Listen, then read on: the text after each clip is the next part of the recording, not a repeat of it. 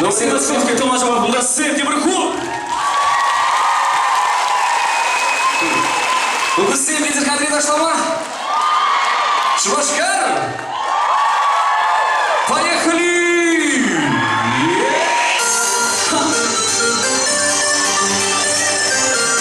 Включал ты всем? Включил на вас на сцену!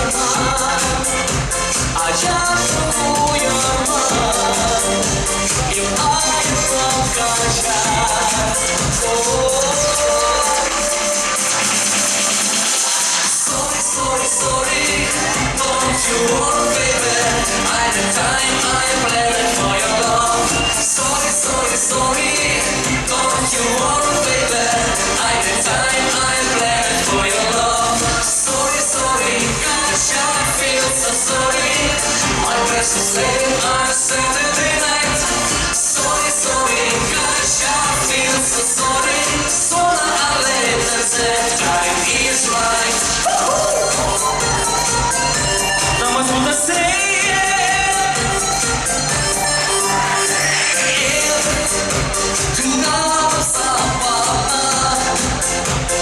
всех сорца с ума.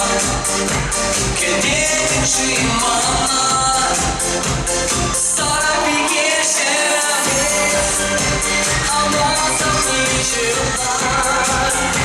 Не пойди тогда, Юрак должен качать. Sorry, sorry, sorry, don't you worry, baby. At the time I bled for your love. Sorry, sorry, sorry, don't you worry, baby. At the time I bled for your love. Sorry, sorry, gosh, I feel so sorry. My dress is late on a Saturday night. Sorry, sorry, gosh, I feel so sorry. Sooner or later, the time is right.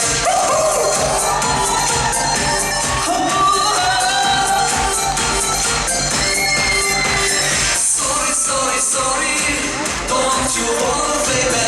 At the time I bled for your love. Sorry, sorry, sorry, don't you worry, baby.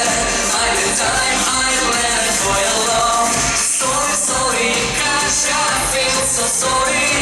My dress is late on a Saturday night. Sorry, sorry, gosh, I feel so sorry. Sooner or later, the time is right. Ну, теперь дискотека, друзья. Зажигаем. Шумашка!